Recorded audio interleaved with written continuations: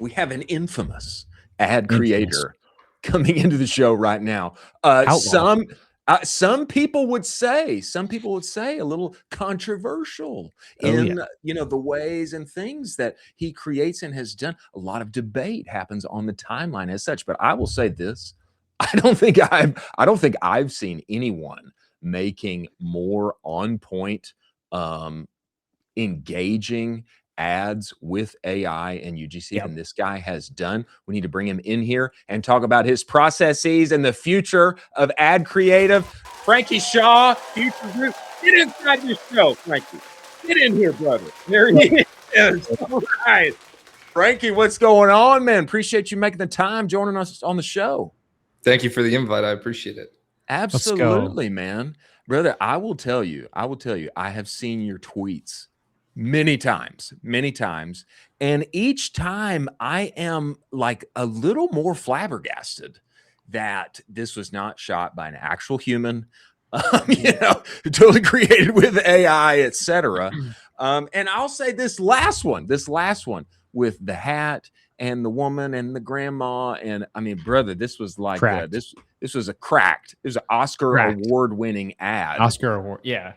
Appreciate it. Thank you very much. I wouldn't have known. I wouldn't have known if nobody told me like this was made with AI. I wouldn't have known. But before we get into all of it, Frankie, I'd appreciate it if you just give us like some context. Brother, who are you?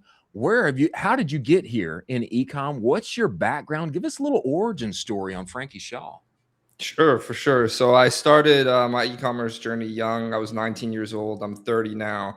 So I've been in the D2C space for quite some time. I started in the swimwear business. We made a hydrophobic nanotechnology swimwear, which is like shorts that don't get wet. We were on Good Morning America. We got acquired. And then after that, I just decided to just tackle D2C.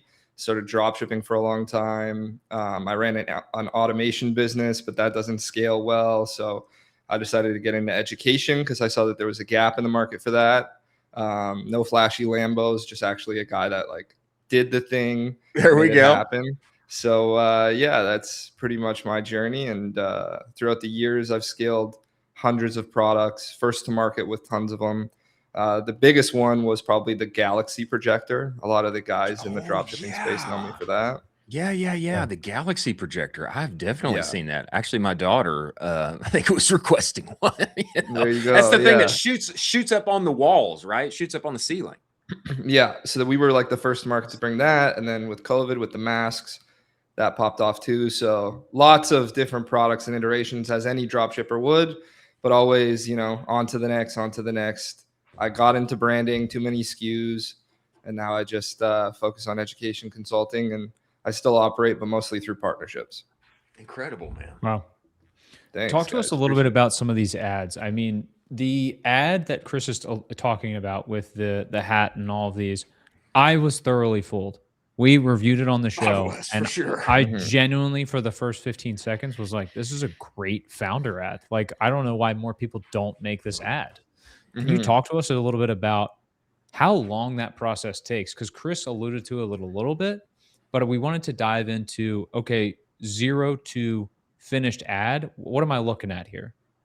So for an ad like that, you're probably looking at, with somebody with experience, maybe 45 minutes to an hour. Without any experience, it's going to take you longer because a lot of it is trial and error, right? So a lot of that is built off of the Kling platform. A lot of guys now are advertising Dance, but I'm not really a fan yet. It's great for hooks and for conceptualization of like stuff that can't be made through Kling. It's kind of replacing Sora in a lot of ways. I like to think of it as like the younger brother. It's not really as strong yet, but hopefully one day it'll get there.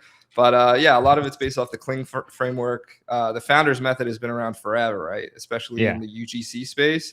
So that's where I come from. I come from building brands and hiring and teaching people how to make UGC for the brands that I was in partner with. So I just was like, as soon as I got the toolbox to be able to do it myself, I was like, yeah, I'm not going to, focus on UGC creators anymore, because that's kind of a bottleneck that a lot of people don't understand. Until you're hiring a massive amount of UGC creators, I mean, a lot of my products and stuff that I sell is in the telehealth space.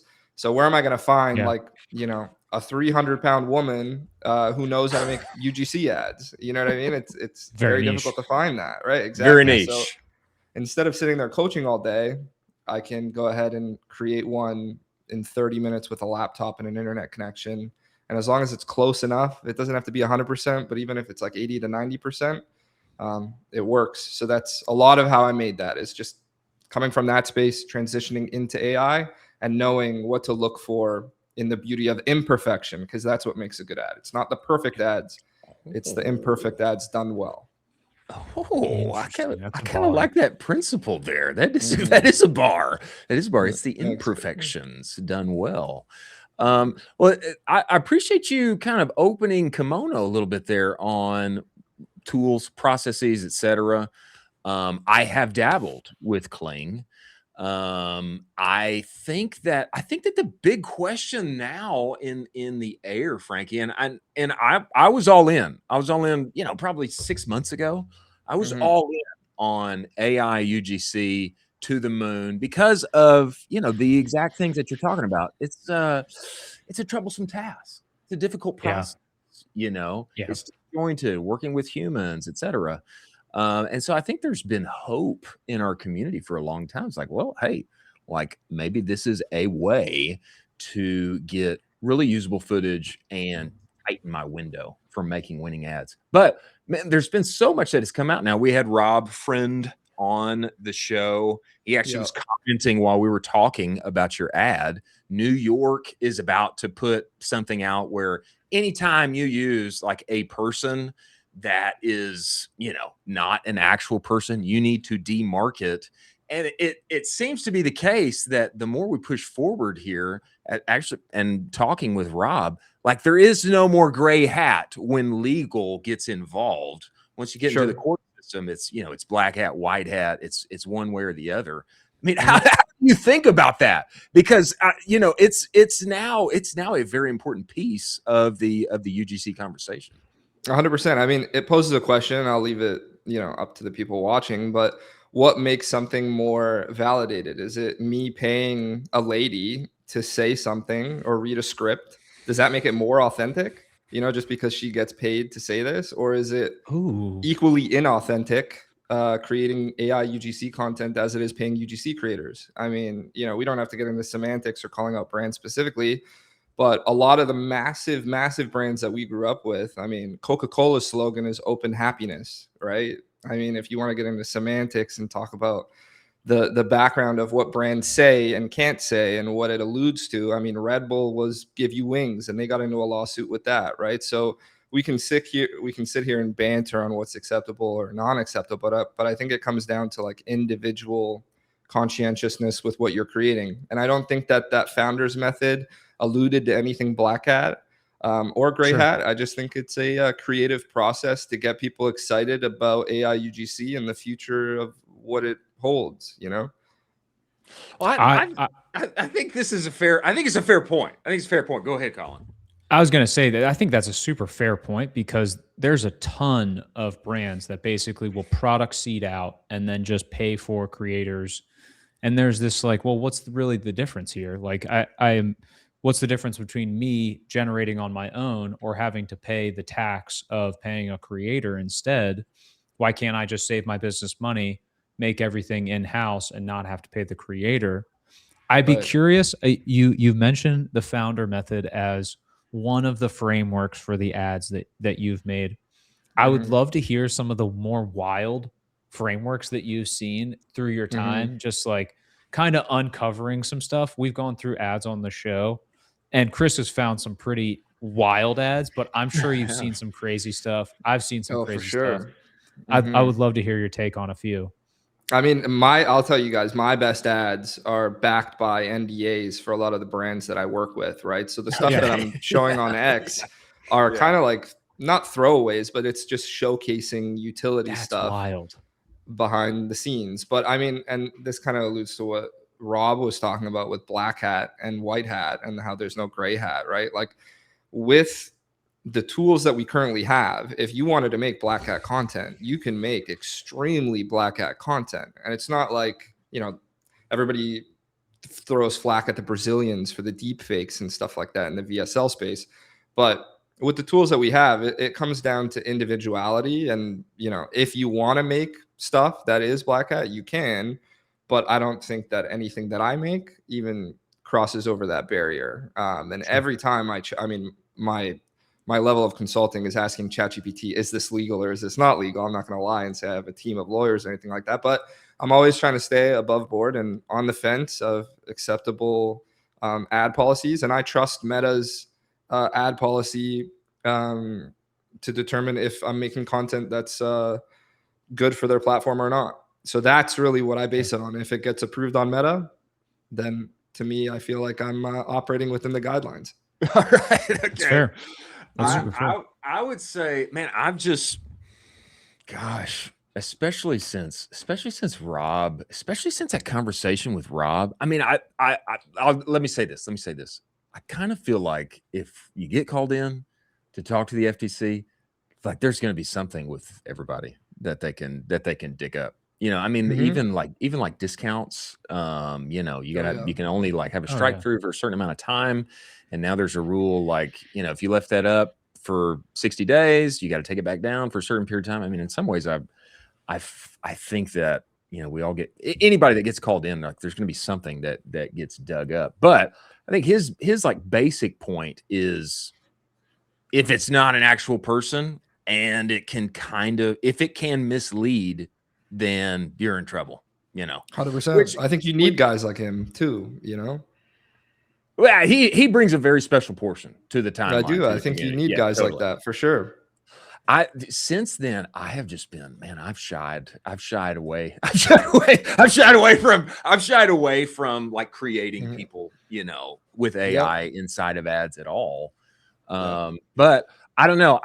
I think that, you know, the hashtag ad, you know, all of the things, all of the demarcations, all of the things that you can say to protect yourself, I think are worthwhile. But what you're doing with the creative is truly outstanding. I mean, give me your perspective on this, Frankie, as you've been in this 10 plus years, brand founder, you know, consultant, etc. I mean, what do you think e-com looks like over the next 12, 18 months? How do you think things continue to evolve, the tools and the capabilities expanding as they are? What do you think this next era of e-commerce looks like? Yeah, I like that question. I think it'll be more mass adaptation of AI. We're already seeing it. I mean, if you go on Facebook Ads Manager, I'd say now maybe 50% of the ads are AI, at least not for video, but for statics. I mean, if you're not making AI statics, everybody's using AI statics. Yeah. So I think mass adaptation will come for video as well. I think right now the bottleneck is skill. And once that skill sort of, you know, solidifies itself a little bit more and people get better, then we'll start to see better ads as well. And then, you know, we won't have issues that Rob mentions where a lot of people are like on the cusp of black hat. I think right now that's a temporary problem because of the limited tools that we have to use with AI. So we're kind of pushing the boundaries a little bit and seeing how far we can get away with, or how much we can get away with right now. But once the claws come out and they start peeling back a lot of the stuff that's acceptable or not acceptable, whether that's the FTC or Meta putting in new policies, then I think that'll sort of shine more light on the AI UGC space, and there'll be more proponents talking about its benefits rather than like it misleading people, you know, which isn't the intention. The intention is to just put more creativity in the user's hands and remove these like fake TikTok shop creators that get paid $700 to make a video, and which is nothing wrong with it, but it's just, you know, I don't want to wait 3 weeks for that. I want to make the content now, test it, see the CPC, you know, see the CTR, and go from there. And I think that speed is something that can't be beat. And that's what I think. So I think more mass adaptation for AI UGC once the skill gap gets bridged, and that's what I'm trying to do in the space. Interesting. Yeah. I wonder. I mean, I wonder if there's going to be like a big kibosh at some point. I mean, like you're bringing up. I mean, one would think at some point there's going to be a big kibosh that, probably makes the path forward more clear for everyone inside of our space. I mean, that makes sense to me. Go ahead, Colin.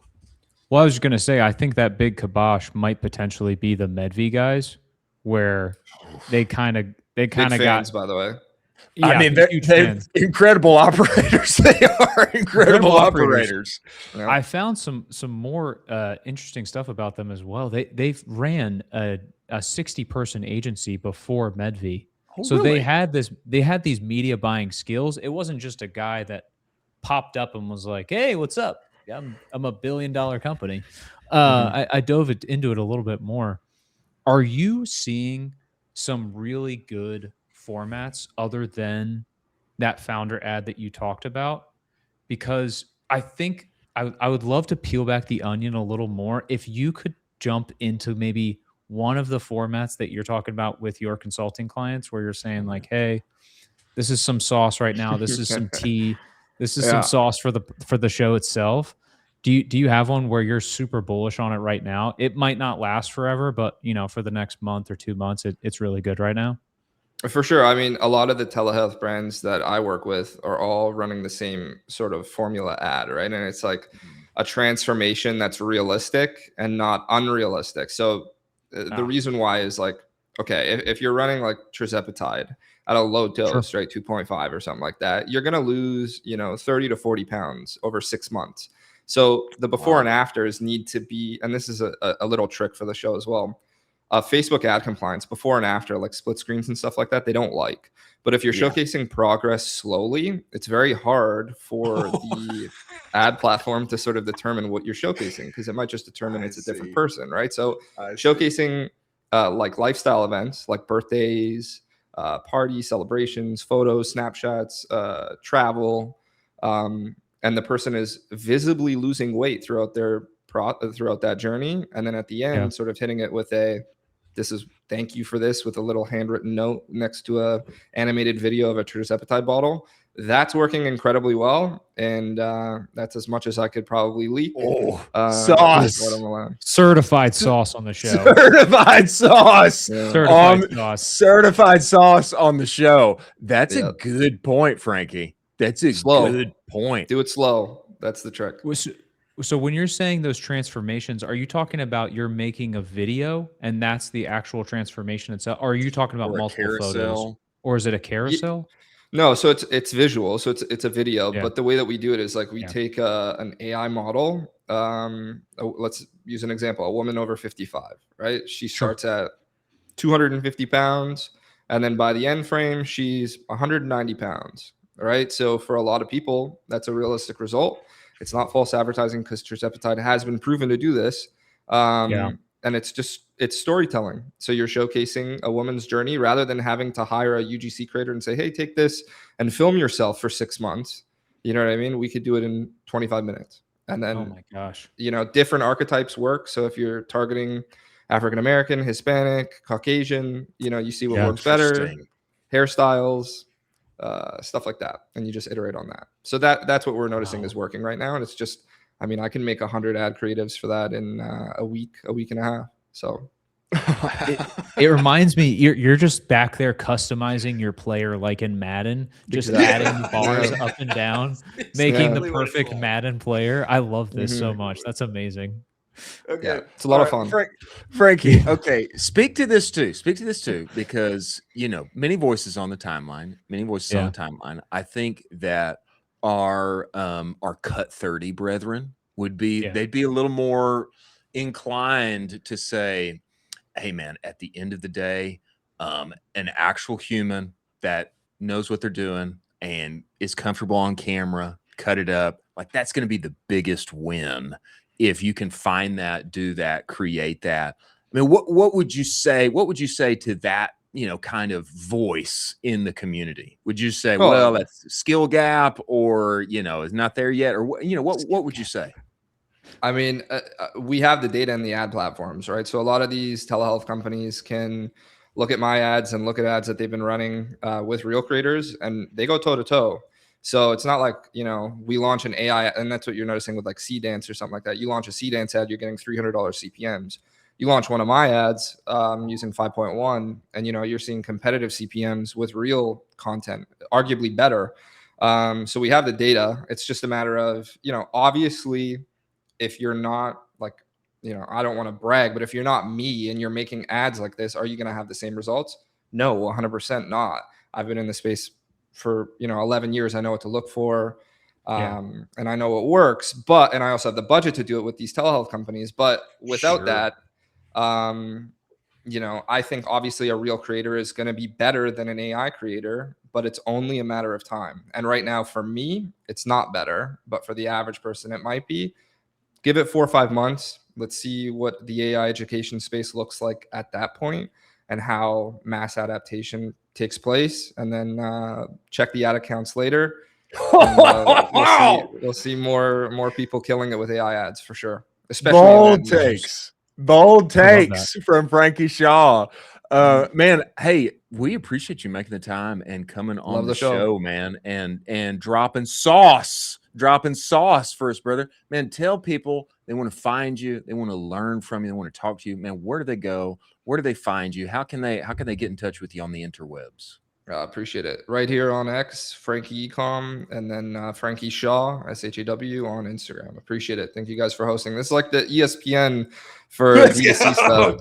I feel under threat. Let's go. You guys are doing it. Thank you so much. Frankie, man, we appreciate you coming on. Appreciate what you're doing, and we're going to be following and learning more. Thank you for coming, brother. Take care. Ciao, guys.